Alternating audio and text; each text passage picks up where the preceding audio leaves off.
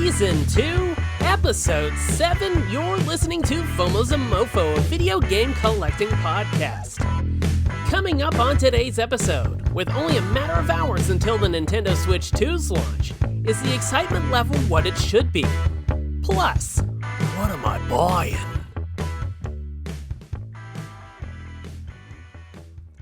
How's it going, everybody? Welcome to FOMO's a MOFO, a video game collecting podcast.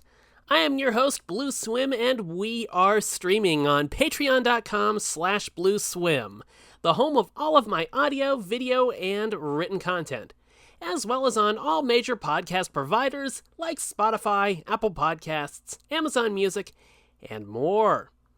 Basic membership to the Patreon is free, so subscribe now and get early access to all of my content before it goes live on other platforms.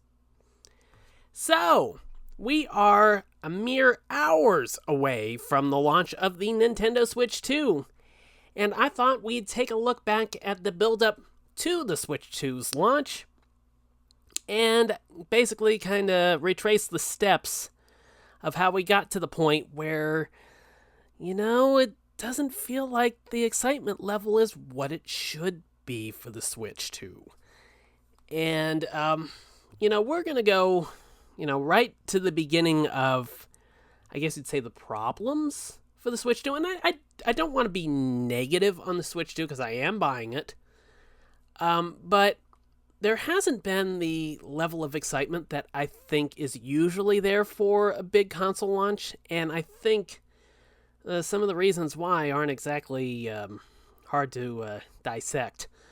We'll go back right to the beginning with the third-party accessory manufacturers spoiling, I guess you'd say, the hardware reveal. I believe, I forgot to make a note of what company did it. But essentially, when you start out and you have, a third party spoiling the hardware design, I guess you'd say, for a new console, it feels a bit anticlimactic. I mean, I know leaks always tend to get out there in some way, shape, or form. Usually it's through like a patent reveal or someone who knew someone over in China that was working on manufacturing it or something like that.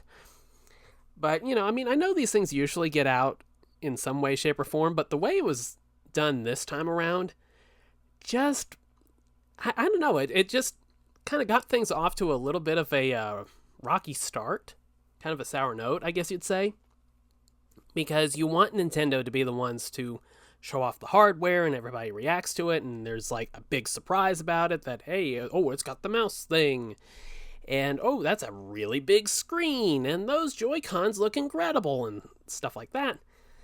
And, when, the stuff gets leaked, that excitement isn't there because, it's just right in front of you, it's there it is, no real pomp or circumstance, it's just a picture or a screenshot or whatever of, the leaked hardware, and it's right in front of your eyes, and, there's just nothing that really, feels, hype about that, And, of course, Nintendo has been taking action against the company that did leak out the Switch 2 design through like a 3D printed version of it. And, so, I can't say I blame them. I think, to be honest, they're probably well within their right to. But, I hope it goes okay for that third party.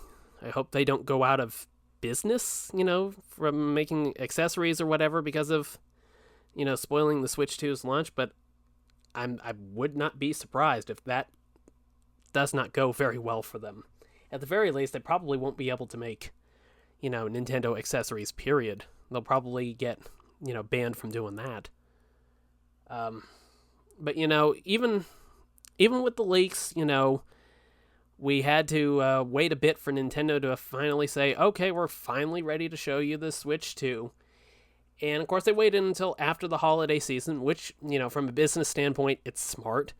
You don't want to, kind of dull anybody's joy from getting a Switch 1 at Christmas, before they even get a Switch 1 for Christmas, it's like if it's like 2 weeks until, holiday season, and, you announce a Switch 2, it's coming out next year, then somebody that's getting a Switch 1, that their parents bought like during Black Friday or whatever, yeah, I mean, it's going to kind of ruin that moment for everybody.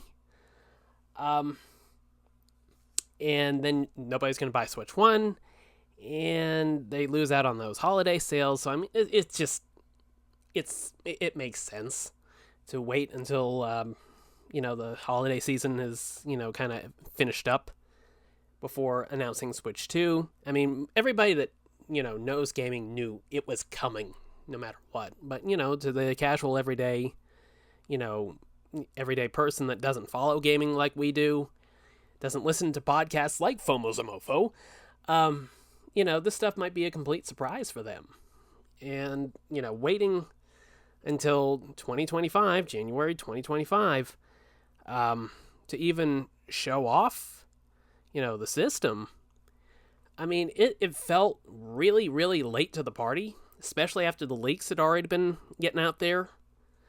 But, and then we go from getting our first glimpse of the hardware and everything it does to having to wait another 2.5 months to get the proper unveiling with the official title of Mario Kart World and the release date, and here's some more game announcements, and here's something that's coming near launch, and here's Donkey Kong Bonanza and all these other things. Here's the third-party software coming up. It's like we had to wait 2.5 months, and and that build-up to that event, it's like that was like some insane levels of hype. And I don't know that Nintendo really lived up to that hype. I mean, they didn't have necessarily a bad showing, but, they didn't announce the price of the system during the presentation itself, which shows you just how much they did not have confidence in that price being well received.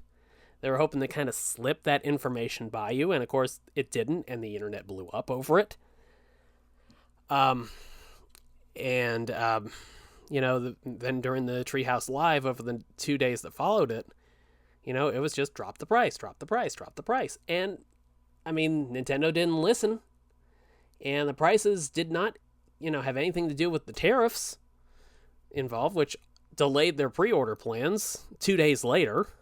I mean, there's just been so much stuff that has blunted the enthusiasm before these things could really start to gain momentum. Usually it's like in the lead up to launch, you have a series of, kind of like small victories and small moments that kind of build up hype. And it's like, it just felt like hype announcement, something that dulls it. Hype announcement, something that dulls it. Someone says something stupid like, if you can't afford a Switch 2, you can always buy another product. The Switch 1. I mean, it's just, there have been so many moments where it just feels like Nintendo can't kind of get out of its own way and just kind of let the hype build up a bit. And, I mean, there's just so much with this launch that I wish they had done differently. The hardware coming in at $449 and $500 for the bundle. I know in the case of the standalone system itself, they should have at least hit $399 with it. Especially, since the tariffs, like I said, did not play into the decision to price it the way they did. It just comes off as kind of greedy. And I'm not saying that the hardware isn't like worth $450. I mean, it looks like it's going to be pretty impressive tech.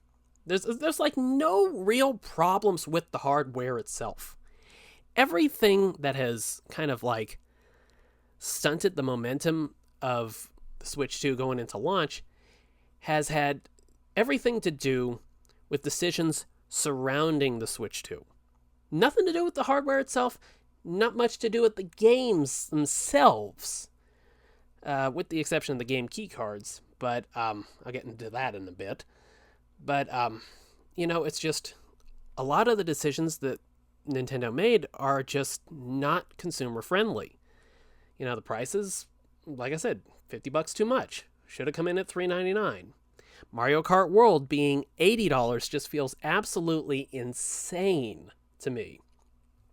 And I'm not saying it's not going to be worth it, because it looks like it's going to be a really damn good game. Mario Kart games traditionally don't disappoint. But $80, I mean, that is gutsy, dude. And, I said something around the time that, the biggest problem that Mario Kart World could face, and of course, granted, the example I used was later delayed a year, is, what if Grand Theft Auto 6 comes in at only like $70 for the basic standard edition? If Mario Kart World is $10 more than Grand Theft Auto, which is quite frankly the most anticipated game quite possibly ever. I mean, I know things were really hyped for Halo 2 and Halo 3, and I mean, there's just been so many different things throughout the years that have been really, really anticipated, but nothing like GTA 6.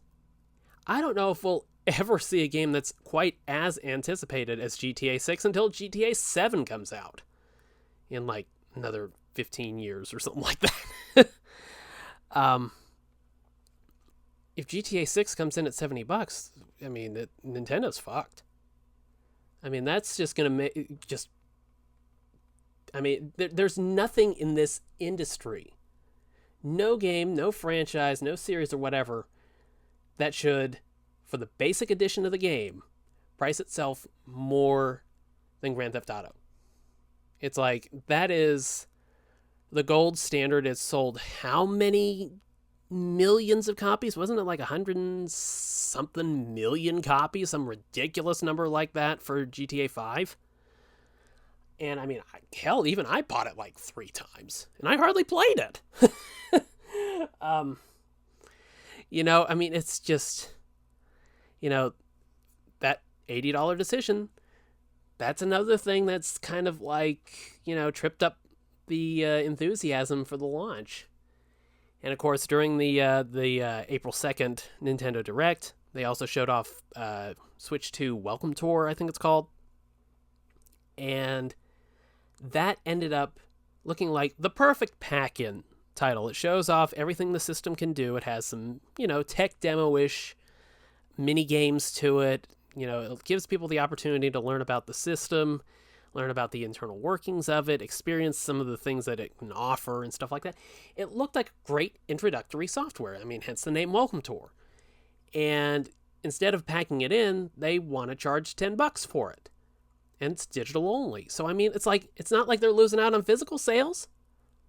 I mean, just include that as a gratuity. It's like, when you're putting, the development resources into building that software, and I mean, let's be honest here, it's not like ridiculously expensive. I mean, it obviously took time, effort, and money to make, but when you actually think about how many people are going to play this, shell out $10 just to buy, the tech demos, for the Switch 2, and an opportunity to learn about the hardware that they just spent, $500 on.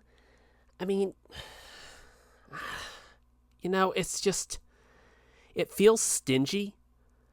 It's just, it's like, you should be doing, including software like that isn't going to exactly do Mario Kart World numbers, and didn't cost anywhere near that much to make.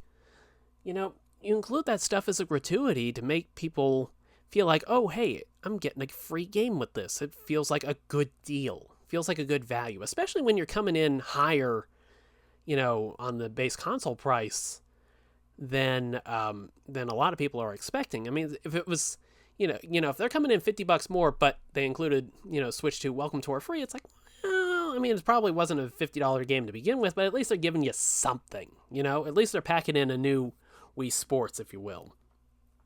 But, It just felt like every financial decision that they made with this, with the Switch 2, just knocked the momentum down a peg at a time.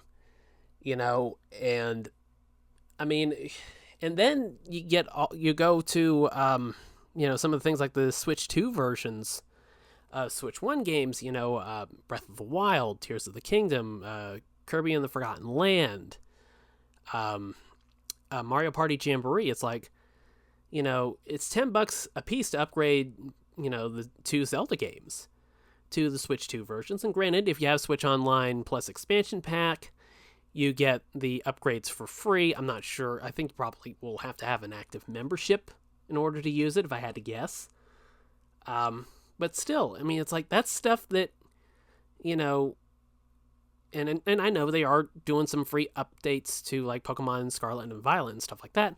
But still, it's like, with stuff like that, you do that as customer retention. You include these things that, have a little bit of extra features to it. You do that just to incentivize buying the new system.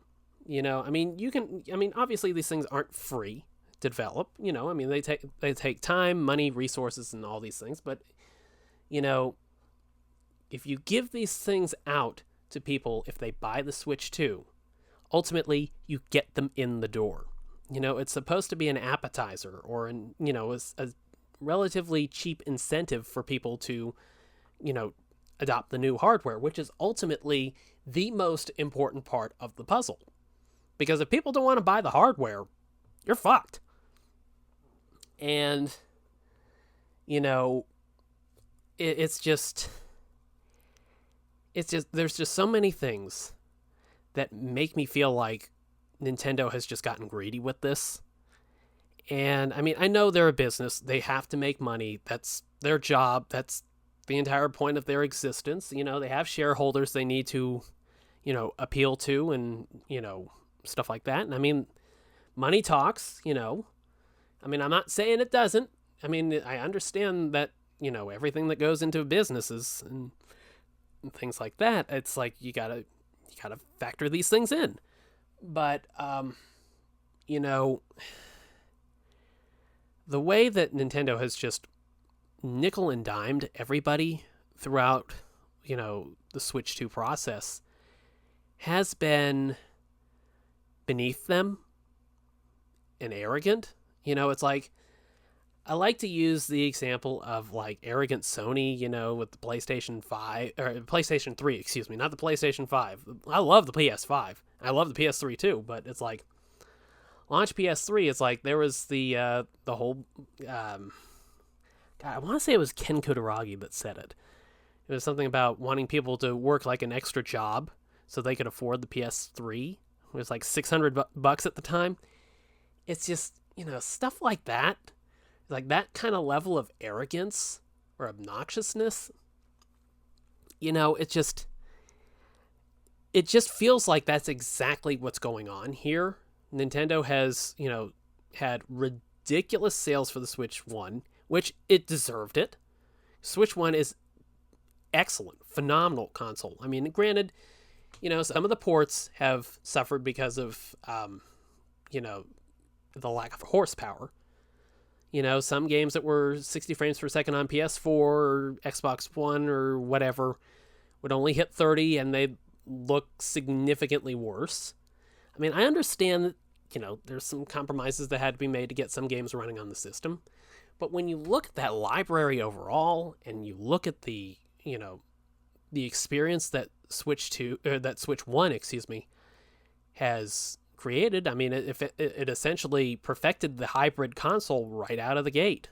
And I mean, I know there have been other systems that have tried to bridge the gap between, portable console and home console. Sega Nomad, Neo Geo X Gold, or I think it was, and stuff like that. But Switch came out of the gate, and, from the very first trailer, it's like, you saw exactly what the point of the system was, what the concept was. Oh, you're playing Breath of the Wild on your TV and your dog needs to He needs to go out and go for a walk.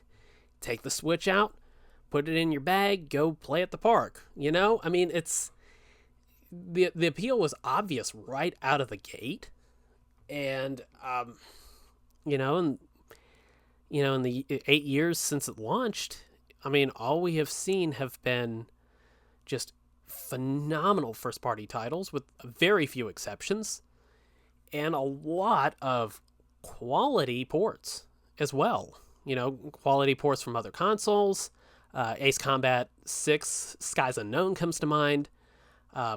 Lot of exclusives both on the eShop and physically.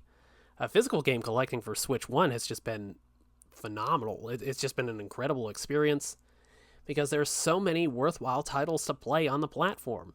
And the compromises that you make in order to get it portably, it's not necessarily that bad of a trade-off. And, now with, the Switch 2, they're looking to continue what they built with Switch 1. And I think from a hardware perspective, they've done that. It looks like from a hardware standpoint, they really couldn't have done much better with it right now. And the games that they've announced look great. I mean, there's a lot to be excited about, but, all of the decisions that have been made on the financial end have just left a bad taste in my mouth and so many other people's mouths, and it's hard to ignore those things, and it's like almost impossible not to let those things affect your enthusiasm for the system launch. And the one thing that is also, really taken a lot of enthusiasm out of the launch anticipation has been the fact that almost every third-party game on the Switch 2 at launch is going to be a game key card, which is essentially a digital game that you have a physical, activation token, I guess you'd say, in the form of a cartridge that just, says, oh, we need to download this game. Let's download this game. Doesn't have any actual game data on it, which essentially defeats the purpose of physical game collecting to begin with. That has really, pissed off a lot of people, a lot of physical game collectors. And, I've been a massive physical game collector throughout the years. It's like I've always turned my nose up at digital unless I absolutely had to. Unless it was like super cheap or something like that. I know there's an obvious convenience there, but, I like having the physical copy because, it feels like, oh, hey, I really own this. It's not just a license. I own this. I have this physical copy of this game. And of course, I'm not going to get into the intricacies of game ownership. I'm not saying you buy the game and you get the source code and it's yours to do with whatever you want and reverse engineer and all this stuff like that. I'm not saying anything like that. But when you buy a physical game and you have the cartridge there, you essentially own that game. Nintendo's not going to take it away from you, You can't lose it if the servers go down, That's what I mean. That's what I mean by game ownership. And, the problems that, the game key cards present is, what if eShop closes, or at least the current iteration closes, and you can't download these games anymore. You can't access these games anymore. Because eventually it's going to get to the point where, after they close the servers because it stopped being profitable, even given the option to re-download your own software is, going to put a financial strain on the company to a certain degree, and eventually will get cut off, and then you're not left with anything. That's the reason why people support physical. They want to have that copy that is theirs forever, And, with the game key cards, it's just, there's no data on there. There's an added inconvenience of having to put the cartridge in first in order to play it. And it's, it's just like a regular cartridge. Every single time you wanted to play it, you have to pop in the cartridge. And, it has been the most consumer unfriendly physical media I've seen a major hardware publisher use, I guess you'd say. I know there's the equivalent of game key cards on PlayStation and I think Xbox as well for certain games. One of the Call of Duties, I think. Indiana Jones on PS5 and Xbox Series X, I think requires like 50 gigs to download or something like that.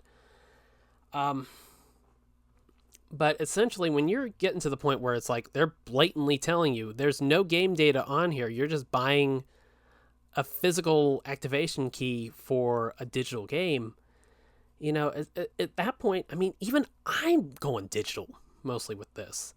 And of course, I'll get into that a little bit later. But yeah, I mean, it's just, there have been so many different things that have just slowed things down that, I mean, I'll be honest, I'm not as excited for this launch as I should be either. And it's because of all these things that have happened along the way over just the last 6 months. That's not to say that the hardware is going to be bad. I think it's going to be very, very good. But, the enthusiasm that I have for launch is like, I mean, it's up there a bit, but it's not like Xbox 360 launch, where I'm like fully looking forward to waiting 6.5 hours in line to get my hands on it. Nor the GameCube launch, where I waited 3 hours in line for. It's just one of those things where it's like, I'm looking forward to getting my hands on it. I think it'll be fun, but, my hype has been disrupted on multiple occasions. It's like it's never really been able to kind of, get out of the gate or solidify or anything like that. And, it's just one of those things that, I think it all comes down to the decisions that Nintendo has made. Nintendo and others, I guess, in the case of the game key cards. But yeah, it's like all of the decisions surrounding Switch 2 have just dragged that system down a bit. And it's just not the fault of the system itself. I mean, this is kind of looking like the worst build to launch since like the Xbox One, where, they said, oh, it's going to be always online and you have to authenticate with, Microsoft servers every single time you want to play a game. And, Sony did this like 30-second spot of like a how to share a game with your friend. And you see two people from Sony, I can't remember who they are. And one hands a physical PS4 game over to the other and says, "Thanks."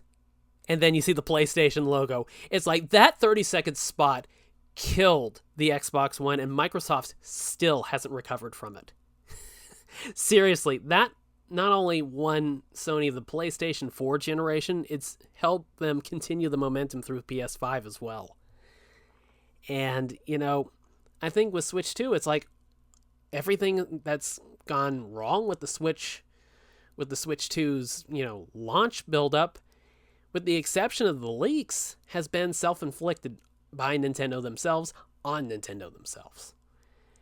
And that's not to say that, it's going to be a bad launch. I think everything is looking pretty good.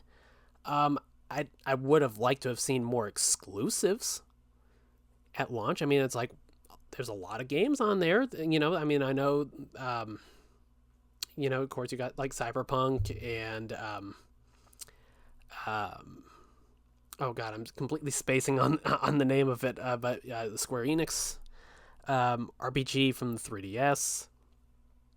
And shit, I reviewed that one too, so I really shouldn't be remembering, or I shouldn't be forgetting the title of it.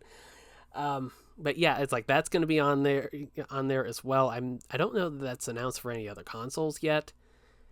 But of course, you got Mario Kart World and all these things. It's like it's a good lineup, but consoles live and die by their exclusives. And right now, it's just looking like everybody is, taking the games that they're putting on other systems and bringing them to Switch 2, and that's basically the appeal, that it's going to be portable. And I mean, that's fine. That's a carryover from the Switch 1. But when you're talking about launch, you want to have some heavy-hitting exclusives. And I just don't know that there are that many besides Mario Kart World, you know? At least nothing that is, like, necessarily worth buying the system over exclusively. But, you know, I mean, we're going to get Donkey Kong Bonanza in about a month and a half. That's good. I mean, I think that should have been there at launch, but obviously it wasn't ready. But, you know, and the fact that Mario in, like, a 3D platformer isn't there at launch, or like a Luigi's Mansion type of thing, some big non-racing, you know, exclusive from Nintendo, I think that's kind of a big hole to leave in the launch lineup, if you ask me. But, you know, I mean, they are, you know, doing some updates, some free updates for some of the Switch 1 stuff, so, you know, I mean, they're doing something with the exclusive titles that they have. But, you know, it's just, I don't know that that's a strong enough library of exclusives to, you know, really get people tremendously excited. It's like the launch hype is pretty much going to be exclusively, you know, Mario Kart World, and let's see how well Cyberpunk runs. It's like those two things are like the big selling points at launch, I guess you'd say. I mean, unless I'm forgetting something, which is entirely possible. But, you know, I mean, there's definitely some holes in that launch lineup that should have been filled. I mean, is there a major sports game? I mean, usually, every console launch came with Madden, you know? It was pretty much assumed that there was going to be Madden. And, you know, granted, we're going to get Madden in August. But, you know, August isn't now. There's, you know, EAFC that's going to come, you know, around the time that FC26 hits. That's going to be later this year. I can't remember if that's around, like, September or something like that. But yeah, I feel like there's some glaring holes in that launch lineup that really should have been filled, but aren't. You know, I mean, Mario Kart World's going to be phenomenal. We all know that. But I really would have loved to have seen some more exclusives. But, you know, I can't say I'm, you know, unwilling to pick up a Switch 2 at launch, because, I mean, even with the lineup being what it is and all the problems that, you know, Nintendo has had along the way, you know, I'm still there day one. I'm still excited. And, you know, we're just going to have to wait a few more hours. I mean, we are, you know, roughly a day and a half as of recording this away from getting our hands on Switch 2, and I mean, I'm excited. I think the hardware is going to deliver, but I know if some things had been different, I would have been way more excited for it than I currently am.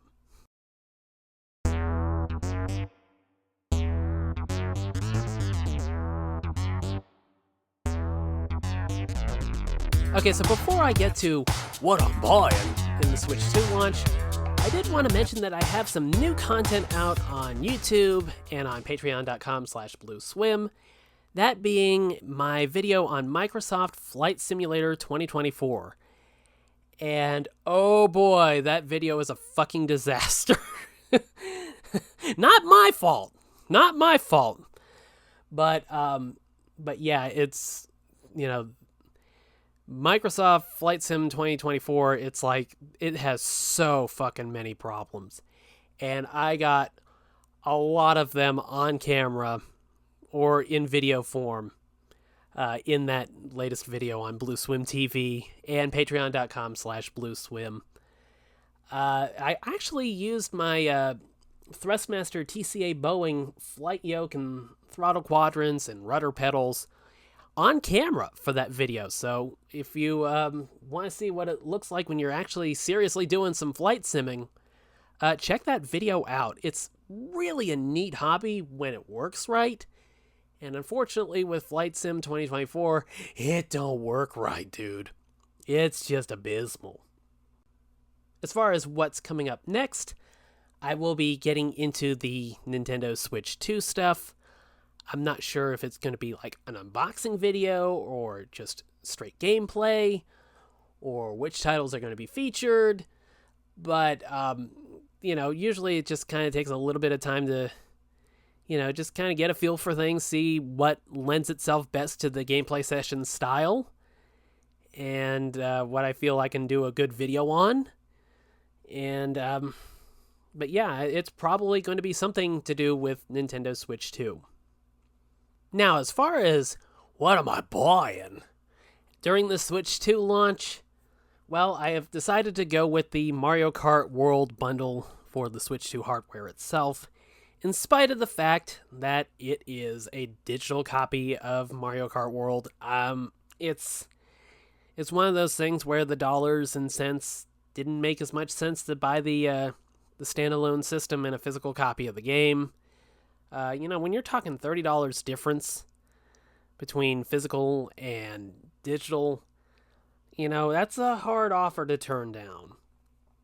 And I decided to use those resources elsewhere to get other things with it. I did pre-order the Pro Controller 2, in spite of the fact that I have several Pro Controllers for Switch 1, and they do work with Switch 2. My understanding, and I don't know why this is, I'm not sure why they couldn't figure this one out, but my understanding is that Switch 1 Pro Controllers cannot wake the Switch 2 when it's in sleep mode. And, if you're wanting to play a game, on the couch or whatever, and it's just easier to hit the button on the controller and turn it on. I mean, of course, it does sound really fucking lazy to spend $85 just to do that. But,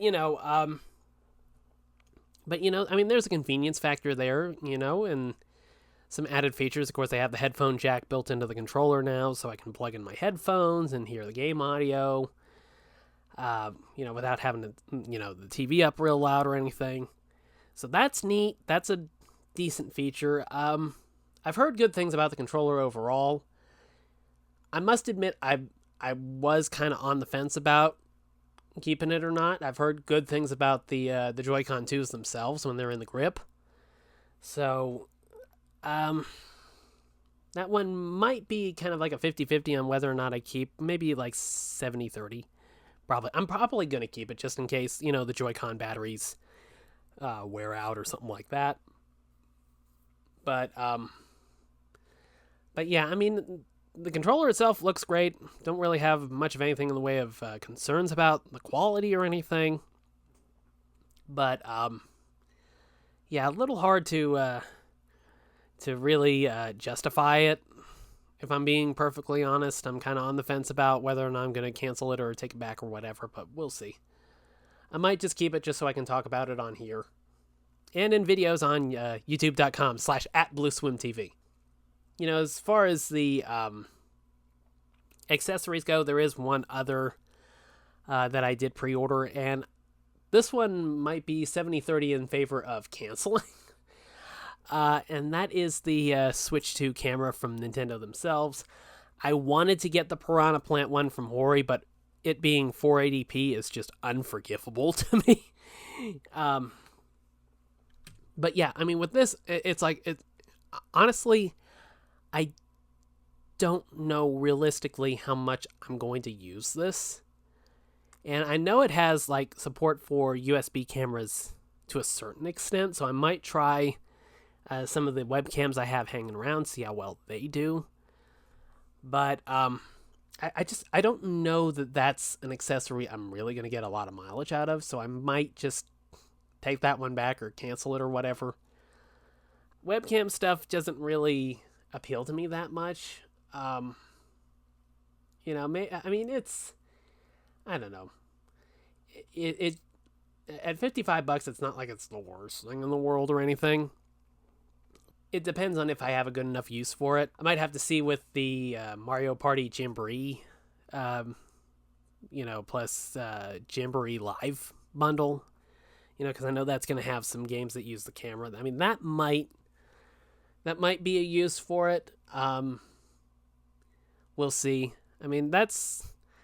I mean, as far as accessories go, that's about it. I bought a cheap case on a cheap third-party case on Amazon for just a couple of bucks, and a couple of packs of, or a pack of a couple of screen protectors that that are like the tempered glass style. So that should be pretty good. But you know, I didn't take a lot to really get those accessories lined up. It's just one of those things where it's like, it's cheap, it does the job. You know, if something better comes along, so be it. It's not like I'm spending a lot on it to begin with. Now, as far as the games that aren't bundled with the system go, I have shockingly only pre-ordered one physical game. That being the one that I think is doing things absolutely right. And I know, I think it's Exceed Games is doing some stuff well with their physical games too.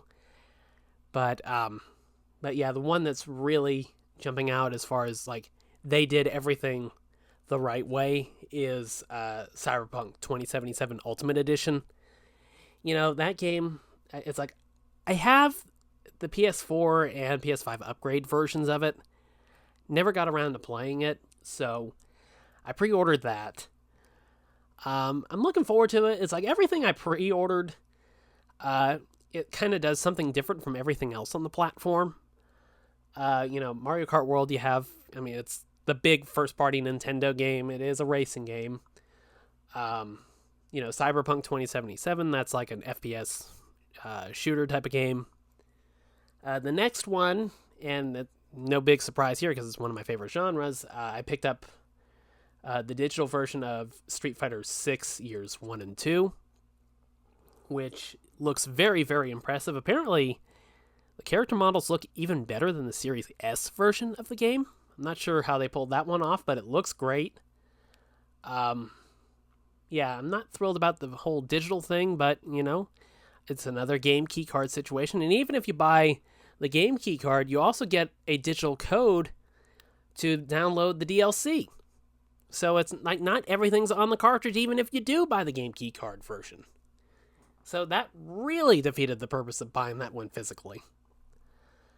Next up was Yakuza 0 Director's Cut. And like I said, I pre-ordered this, you know, initially when everything went live for the pre-orders. I found out it was a game key card, so I canceled it, and I went ahead and pre-ordered the digital version of it. And I was playing Yakuza 0 a few months ago on Game Pass, and then it left. So, you know, for, you know, action beat-em-up type of game, that should be great. High drama. And I also have Yakuza Kiwami, which was the first game, and Zero's a prequel. I have the physical version on order from Limited Run Games for the Switch 1.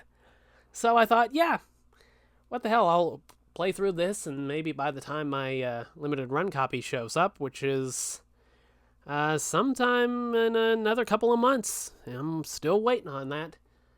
But hopefully by then I will have sat down and finished the game entirely.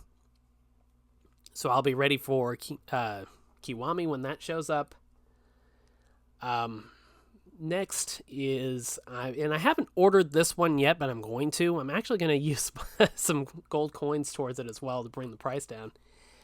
Hogwarts Legacy has an upgrade available. If you bought the Switch 1 version of the game, you can upgrade to the Switch 2 version, which looks really, really good. And the upgrade is only $10. So that is, I mean, that seemed like a pretty easy decision. I mean, I liked what I played of the game, and I think it was a really good, you know, another kind of like an action. I guess you'd say that's kind of like more of like a AAA action compared to Yakuza's beat 'em up action kind of game. So yeah, that's a little bit different there too. Fast Fusion is another game that I pre-ordered, and this is a digital-only title from Shinen. I'm not sure if I pronounced that name correctly, but they're kind of like a more niche third-party developer, and publisher and stuff like that. And I think they've done like some shmups and some of the other, I think Fast RMX or something like that on Switch 1 or something like that. But Fast Fusion, basically it's a futuristic racing game, so a little different from Mario Kart World. But yeah, basically I guess you gather cars, and sometimes they'll have like different stats, and what you do is, as the name implies, you can fuse them together to create a brand new car that, goes even faster than the rest. And, that was a really neat title. I think it does, I think it can go up to 4K 60 docked. But even if it can't, it's only $15. So if you're buying a Switch 2 and you want a good racing game that isn't Mario Kart, and it's relatively cheap to get a, pretty major launch title, yeah, $15, Fast Fusion, grab it. That looks like it's going to be really, really good, and it's kind of like, F-Zero or Wipeout or something like that. And it looks really damn good, and I'm curious to see how the Fusion gimmick kind of factors into things. It looks like it's going to be really fun. Now, the last one, and I'm a little on the fence about this. I haven't pre-ordered it yet. I might pick it up at launch, launch night itself, is Civilization 7. Because I loved Civ 6 on Switch 1. I played like 23 hours of, or 23 or 25 hours of it just in the first 2 days after I bought it. And I jumped on it kind of earlier than I was expecting to, because I thought, this seems like the kind of game that's going to be super niche and really hard to get, after a few months. And it turns out the thing sold like hotcakes. It was really well received, supported for way longer than anybody was really expecting it to be.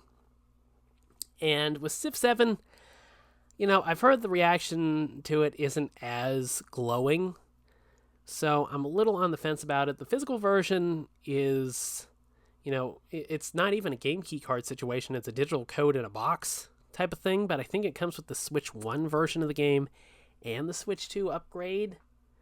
So I guess you're kind of getting two versions of the game for $70. That's not terrible. I want to do a little bit more research on that, but I think that might be the last launch title I pick up. And of course, that one being a top-down strategy game, uses the new mouse controls pretty well.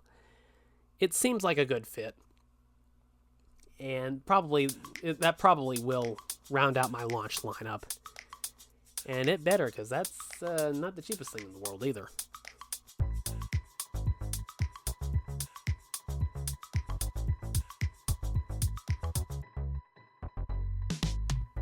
Well, I guess that will do it for the Nintendo Switch 2 pre-launch special of FOMO's a MOFO. I'd like to thank you for listening.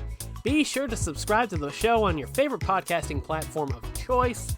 FOMO's a MOFO is available first for free members on patreon.com/BlueSwim, followed by Spotify, Apple Podcasts, Amazon Music, Audible, iHeartRadio Podcasts, Google Podcasts, Spreaker, Deezer, Podcast Addict, CastBox, Podchaser, and JioSaavn a short time later.